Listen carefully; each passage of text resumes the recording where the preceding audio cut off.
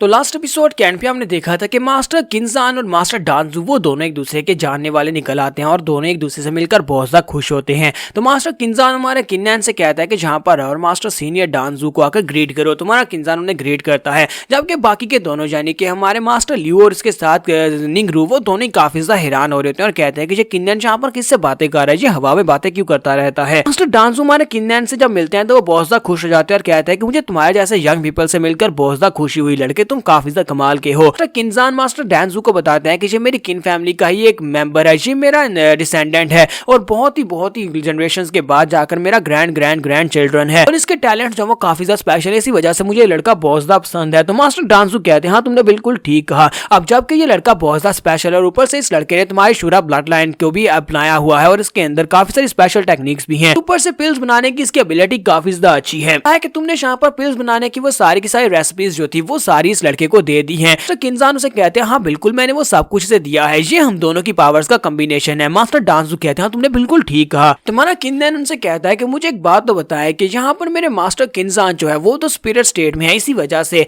किन्नैन उनसे कहता है कि मुझे एक बात तो बताएं कि मेरे मास्टर किन्सान जो है वो स्पिरिट स्टेट में है, इसी वजह से यहाँ पर कोई भी और मेरे अलावा इनको नहीं देख सकता। अब जबकि निंगरू और यंग मास्टर लियू दोनों इनको नहीं देख पा रहे, तो फिर आप यहाँ पर इनको कैसे देख पा रहे हैं, आप मास्टर किन्सान को कैसे देख पा रहे हैं। तो मास्टर डांजू से कहते हैं बेवकूफ लड़के, क्योंकि मैं भी यहाँ पर स्पिरिट स्टेट में हूँ, हम दोनों स्पिरिट स्टेट में, इसी वजह से हम दोनों एक दूसरे को देख पा रहे हैं। क्योंकि इस केव के अंदर यहाँ पर ट्रैप हो चुका हूँ, क्योंकि मैं पिछले 10,000 साल से इसी केव के अंदर ट्रैप और मेरी एनर्जी यहाँ पर एक्यूमुलेट हो चुकी है, इसी वजह से कोई भी इंसान यहाँ पर मुझे इस जगह के ऊपर देख सकता है। लेकिन तुम्हारे मास्टर जो है वो यहाँ पर किसी भी जगह के अंदर ट्रैप नहीं है, वो अपनी चीज जिस भी चीज के अंदर रहते हैं वहां से बाहर निकल सकते हैं, इसी वजह से कोई दूसरा उन्हें नहीं देख सकता। किन्नैन कहता है कि मास्टर किन्सान क्या आप यहाँ पर मेरे दोस्तों के सामने अपीयर हो सकते हैं, क्योंकि मेरे दोस्त यहाँ पर जिस तरह से रिएक्शन दे रहे हैं मुझे लगता है कि वो आपको देखना चाहते होंगे, ये मेरे बहुत ही भरोसेमंद दोस्त हैं, आप यहाँ पर इनके सामने आ सकते हैं, इस तरह मुझे बात करने में काफी ज्यादा कंफर्ट होगा और वो लोग भी यहाँ पर आपको देख पाएंगे। तो मास्टर किन्सान कहते हैं हाँ क्यों नहीं। इसी के साथ ही मास्टर किन्सान अपने आप को उनके सामने जाहिर करते हैं। जैसे वो उनके सामने आते हैं तो लियो कहते हैं कि मुझे यहाँ पर अब समझ आए कि यहाँ पर किससे बातें कर रहा था। तो निंगरू कहते हैं मैं भी बहुत ज्यादा परेशान थी, कहीं ये पागल तो नहीं हो गया, ये हमेशा हवा से बातें करता रहता है, तो यहाँ पर तो एक ग्रैंड मास्टर है। निंगरू उन लोगों से पूछते हैं मुझे ये तो बताएं कि 10,000 साल पहले ऐसा क्या हुआ था, आप लोगों ने किस माउंटेन के ऊपर जाकर किससे फाइट की थी जिसकी वजह से आप दोनों यहाँ पर मर चुके हैं। मास्टर किन्सान उसे कहते हैं कि यहाँ पर 10,000 साल पहले असल में ये हुआ था कि डीमन किंग जो था वो हमारे इस प्लेनेट के ऊपर आया था, यहाँ पर इस यूनिवर्स में आया था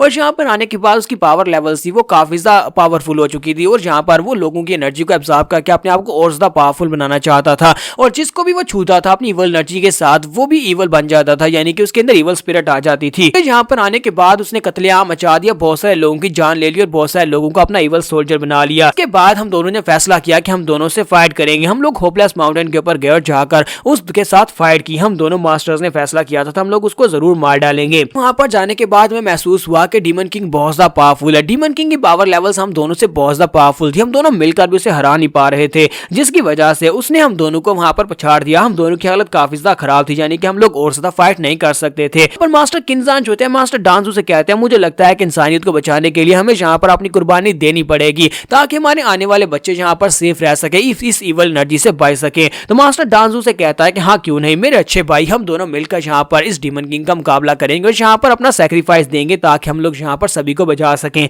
और मास्टर डांजू और मास्टर किन्सान वहां पर एक फॉरबिडन एंशिएंट टेक्निक को यूज करते हैं, एक ऐसी स्पेशल टेक्निक जिसको यूज करने के बाद वो दोनों भी यहाँ पर नहीं बच पाएंगे क्योंकि वो दोनों मर जाएंगे। तो दोनों वहां पर जब उस स्पेशल टेक्निक को यूज करते हैं, इसी के साथ ही डीमन किंग की बॉडी के अंदर एक सील एक्टिवेट होती है और इसी के साथ ही वो सील के अंदर एक्टिवेट होने के बाद उसकी बॉडी जो होती है वहां पर से गायब हो जाती है, यानी कि वो दोनों डीमन किंग को तो मार देते हैं लेकिन साथ ही उन दोनों की जो कीमत होती है वो अदा करनी पड़ेगी। डीमन किंग के मरने के साथ ही स्पेशल टेक्निक को यूज करने की वजह से उन दोनों की बॉडीज भी वहां पर से गायब होना शुरू हो जाती है। मास्टर डांजू कहते हैं मेरे अच्छे भाई, मुझे लगता है कि हम दोनों को यहाँ पर दोस्त बनकर काफी ज्यादा मजा आया, उम्मीद करता हूँ कि अगली लाइफ में हम दोनों एक दूसरे के दोस्त होंगे। मास्टर किन्सान कहते हैं हाँ क्यों नहीं, अगली लाइफ में मैं तुम्हारा भाई बनकर पैदा होना चाहता हूँ। इसके साथ ही दोनों की बॉडीज वहां से गायब हो जाती है और दोनों वहां पर एक दूसरे को बाय बोलते हैं। जब वो दोनों वहां से गायब हो जाते हैं तो इसी के साथ सीन प्रेजेंट में आता है। मास्टर डांजू रोना शुरू कर देते हैं और कहते हैं उसके बाद हम दोनों वहां पर मर गए। साथ ही वो एक दूसरे के साथ चिपकते हैं और कहते हैं हम दोनों मरने के बाद आज यहाँ पर दोबारा 10,000 साल के बाद एक दूसरे से मिल रहे हैं। तो किन्नैन कहता है कि वहां पर अब जब मर गए थे तो फिर मुझे ये बताओ कि आप दोनों यहाँ पर स्पिरिट स्टेट में जिंदा कैसे हो। मास्टर किन्सान उसे कहते हैं मुझे लगता है कि फॉरबिडन एंशिएंट टेक्निक जो हमने यूज की थी उस फॉरबिडन एंशिएंट टेक्निक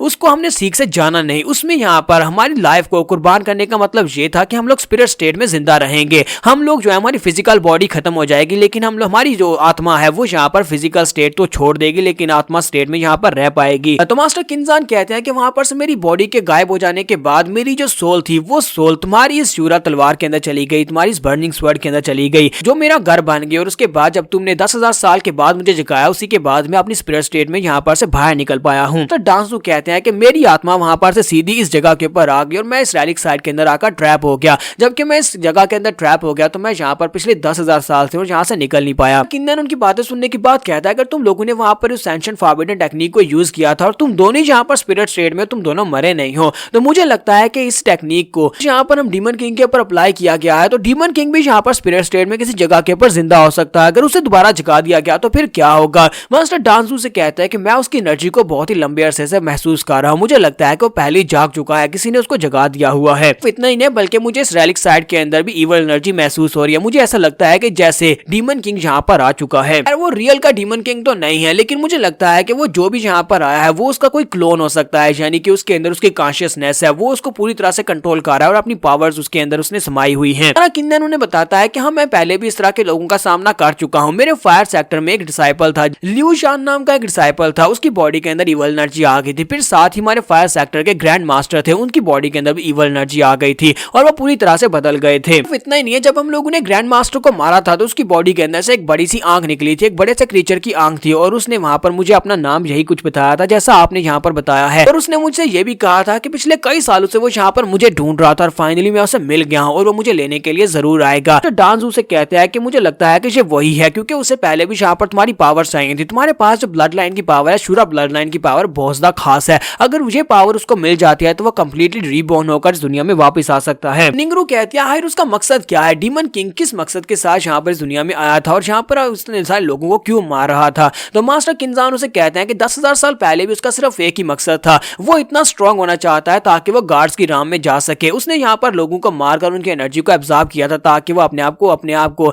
इंसानी लिमिट से बाहर निकालकर गार्ड बन सके। मुझे लगता है कि वो दोबारा यहाँ पर वैसे ही करेगा। मास्टर डांसू से कहते हैं कि 10,000 साल पहले उसने जितने लोगों को मारा था उन सभी की स्पिरिट एनर्जी को उसने एब्जॉर्ब कर लिया और साथ ही अपनी इवल स्पिरिट को उनकी बॉडी में डाल दिया, जिसके बाद वो जिंदा लाशें बन गए थे। मास्टर लियू उन लोगों से कहता है ये तो बहुत ही बड़ी मुश्किल है, इसका मतलब यह है कि हम सभी लोग यहाँ पर बहुत ही बड़ी मुश्किल में हैं। अगर वो दोबारा यहाँ पर जिंदा हो जाता है और मेन लैंड के ऊपर आ जाता है तो फिर तो वो बहुत सारे लोगों को मार डालेगा जिस तरह उसने 10,000 साल पहले किया था। माना किन्नन उनसे कहता है कि जरा सब्र करो, मुझे लगता है कि इस माउंटेन के ऊपर जो भी आया है वो उसका कोई स्पेशल जनरल हो सकता है। जो भी यहाँ पर आया है वो इवल एनर्जी को जानता है और उसे पता है कि उस यानी कि डीमन किंग की असली लोकेशन कहाँ पर है, जहाँ पर उसकी स्पिरिट फॉर्म है। हम लोग उससे ये सब कुछ इंटेरोगेट कर सकते हैं और उसके बाद जाकर हम लोग डीमन किंग को पावरफुल होने से पहले मार सकते हैं, उसकी स्पिरिट फॉर्म में मार सकते हैं। तो हम लोग अपनी एपिसोड 122 का एंड करेंगे और नेक्स्ट एपिसोड में देखेंगे क्या ये लोग जाकर जीजाओ के साथ फाइट करेंगे। एपिसोड की एक्सप्लेनेशन अच्छी लगी हो तो कमेंट करके जरूर बताइएगा और वीडियो को लाइक करना मत भूलिएगा। Thank you.